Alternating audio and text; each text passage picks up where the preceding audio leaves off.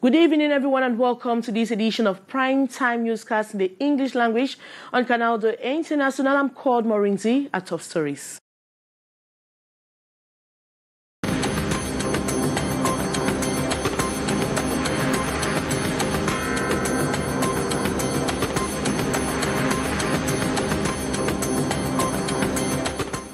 The president of the Confederation of African Football is in Cameroon and has said his only mission is to hold talks with Cameroonian authorities to make the upcoming AFCON a great event. Between October and December 2021, Bamuso Health District in Bakassi Peninsula has recorded the highest number of cholera cases in the southwest region with over 331 new cases. And some individuals specialized in robbery of schools and churches in the capital city, Yaoundé, have been nabbed by the police. In this edition, presents a long list of schools and churches robbed so far. And as the countdown to the end of year festivities gradually narrow, streets and markets of the nation's economic capital, Douala, are witnessing an unprecedented frenzy. Those are major stories. Details right ahead.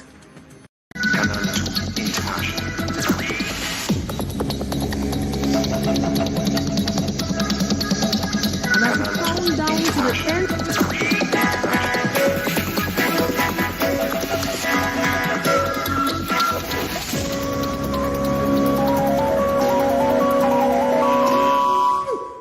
Good evening once more. For some days now, there have been rumors regarding the adjournment of the African Cup of Nations, normally scheduled to take place from January to February in Cameroon. Rumors which have caused a lot of people to react, as we hear in the following Vox Pop by William Froome. Une décision favorable soit par rapport au Cameroun, tout simplement parce que a good decision should be taken regarding this matter. We have invested a lot in the project, and I'm pleading on our leaders to do their all for the AFCON to take place in our country, because I personally am also waiting for the AFCON 2021. Justement, puisque moi-même j'attends ça. If the Europeans want to bring to us a European system, it is impossible. We are Cameroonians, and absolutely nothing should take from us the AFCON. It will be done in good conditions, and I am calling on our leaders to step in and do something. And the president of the Confederation of African Football is presently in Cameroon and says his only mission is to hold talks with Cameroonian authorities to make the upcoming AFCON a great event. Despite calls from FIFA for the postponement of the AFCON, Motsepe says priority for the moment is fine-tuning preparations for the kickoff in January. As we hear the following story, Wuhai Sencha. The arrival of Patrice Motsepe at the Yaoundé-Simalène International Airport, alongside FECAFOOT President Samuel Eto'o during the early hours of this Monday, the President of the Confederation of African Football is here, received by the Secretary General, Veron Mosengo Ongba, who has been in Cameroon for days, inspecting the different AFCON infrastructure. Despite latest controversies on the possible postponement of the African Cup of Nations, Patrice Motsepe says his mission to Cameroon is nothing but to intensify preparations for the football fiesta in the country of the indomitable lions. I'm home. Cameroon is our home, is the home for Africa. And we will talk tomorrow and give you feedback. We are very clear in terms of our commitment to make the AFCON a success in Cameroon. So we will talk tomorrow and give you more feedback, but I'm very confident that we will work together with the people of Cameroon, who are a proud football nation, who have made Cameroon proud and Africa proud. The CAF president underlines that their only priority at the moment is, together with Cameroon, make the Total Energies African Cup of Nations a memorable one in the face of the entire world. And I'm confident that in our meetings, both today and tomorrow, we will be able to come out of here and give the world, give Africa and give the world the confidence that we have, the commitment to our people in Cameroon, and the commitment to the development and growth of football in Africa. So give you feedback tomorrow. He, however, emphasizes that he is going to hold talks with the different Cameroonian authorities and the outcome of their discussions made known to the public.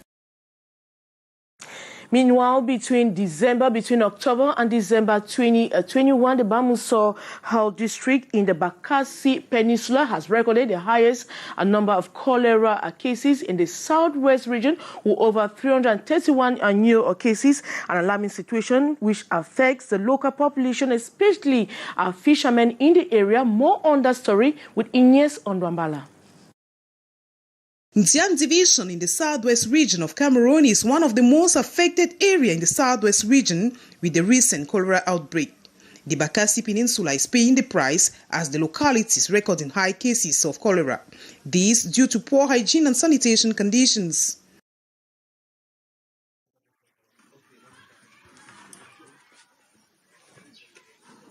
The situation is alarming in the maritime Bamuso subdivision, where more than 331 cases of cholera have been recorded since October 2021. We started with a small team of 5 nurses, a doctor and a nurse team supervisor. And I would say for the last 4 weeks that we've been here, we've had an average of 1 to 3 patients daily. We've been able to intervene rapidly and on time. And for now, we've had a 100% success rate. All the patients have been healed. We've not had any loss since we came. Doctors Without Borders have taken the bulls by the horns by implementing a series of measures to tackle the problem. We have here basically CTU, where we cover the moderate and severe cases, and for the mild cases are treated at the community level with the community health workers. It is something that we are collaborating not only with the Ministry of Health, but also with the other actors at the community level. Yes, they are responding. We have started to have some meetings last week with some community leaders, and we saw the last Sunday people coming to pick up more water in Bamuso. However, it's part of the fact that we are trying to do. Since November 2021, Doctors Without Borders have been to the field with 3 nurses plus 1 doctor posted in Bamuso to cater for cholera patients. At the moment, I think we have all the basic materials that we need to treat the patients. I don't think there's anything that is lacking.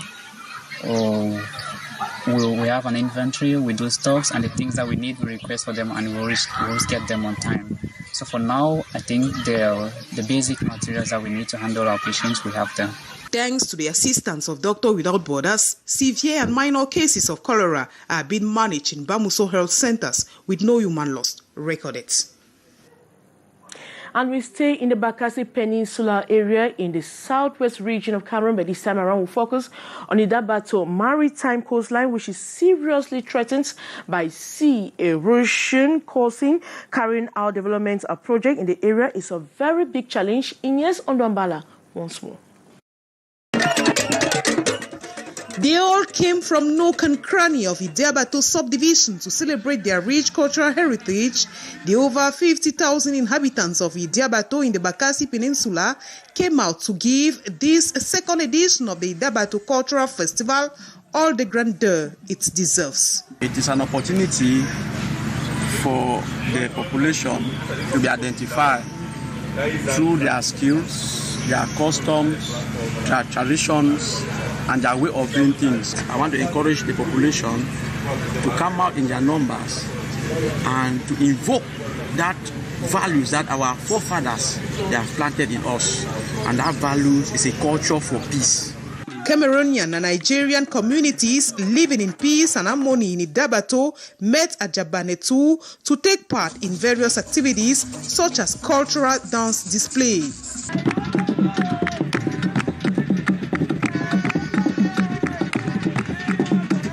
Talk of war,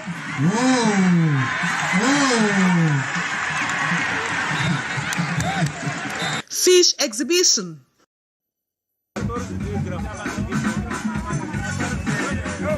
plus canoe race.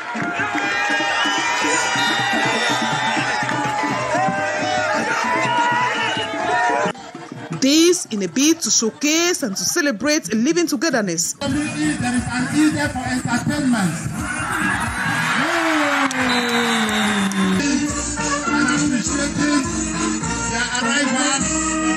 A representation of the population, a true identity of the people of Idabato, presented during this cultural jamboree, which saw the participation of all Maritime Council areas of Bakassi, an initiative of Idabato Council. I'm very happy for the support my population are giving to me for the success of this event. The message of this cultivar is we have to promote our activities and make the whole world to know that the Idabato Council is in good hand. Ntian administrative authorities plus officials of Southwest Regional Delegation of Arts and Culture lauded this initiative of Idabato Council, which promotes culture, unity and peace. A two-day sub-regional meeting of experts on how to avert the impacts of climate change on the Lake Chad Basin is ongoing in Douala. The transborder meeting will address a pressing questions of disaster management of the Lake Chad Basin. More on that story with our reporter, Kejan Henry Atembe. Member countries of the Lake Chad Basin Commission are in conclave in Douala, Cameroon, for a two-day brainstorming on how to rescue the Lake Chad and the over 30 million people who depend on its waters, threatened by the excruciating climate change variables, deforestation, human factors, invasive plant species and unsustainable irrigation. The experts, with the contribution of partner organizations like the United Nations Development Programme, will solve the complex equation of the shrinking Lake Chad for the sustainability of the people. The most important thing about this document is that it's going to help us to support us in implementing the Lake Chad Basin Water Charter, which is the legal instrument that is bringing together all the Lake Chad Basin member states.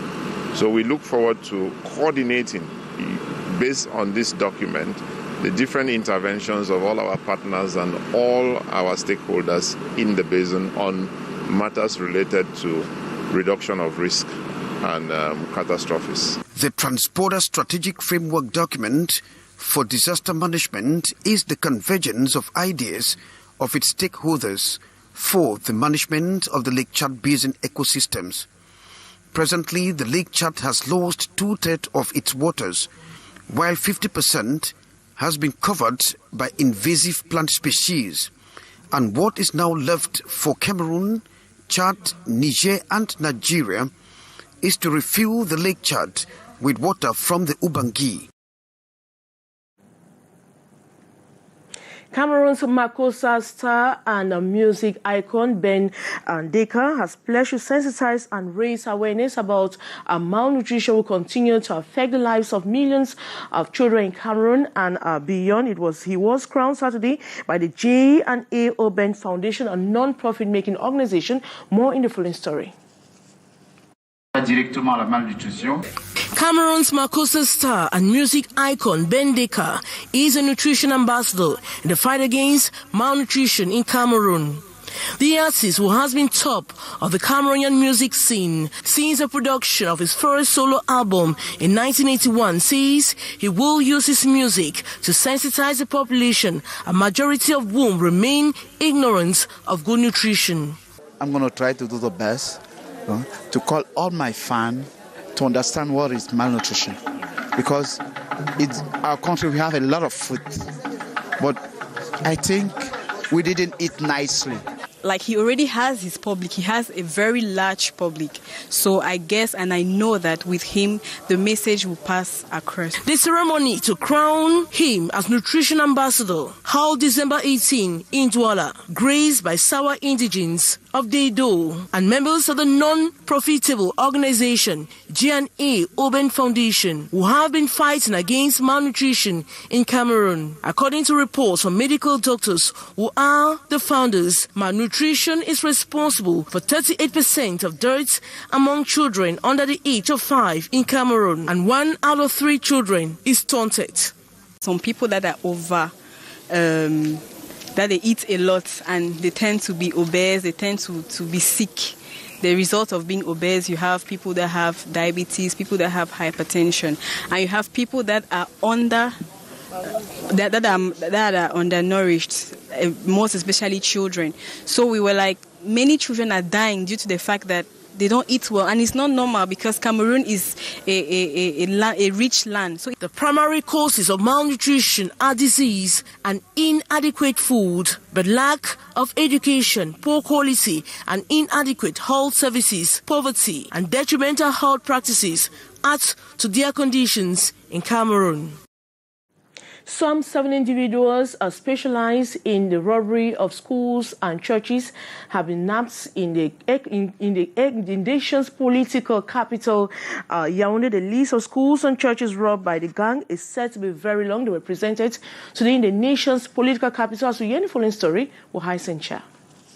These are the 7 presumed gang members, said to be a serious thorn to the flesh of schools and churches in the nation's political capital, Yaoundé, doing away with valuable items like computers, cell phones, and huge sums of money, but unfortunately fell into the dragnet of the Central Regional Division of the Judicial Police after one of their numerous operations on September 24th. And while in custody, the supposed robbers acknowledged to have masterminded robbery activities in different institutions. The list is quite long. They all confessed being the perpetrator of the dozen successive robberies at Petu School Complex in Hawaii, Frankie Academy Complex at Oja, Lady Birth School Group at Tropicana, Greener Pastures International School at Oja, Lema Bilingual School Group at Tropicana, Collège Bilingue Les Citoyens at Kozwa, Catholic Mission at Kouabang, and the Presbyterian Church in Cameroon at Mesa.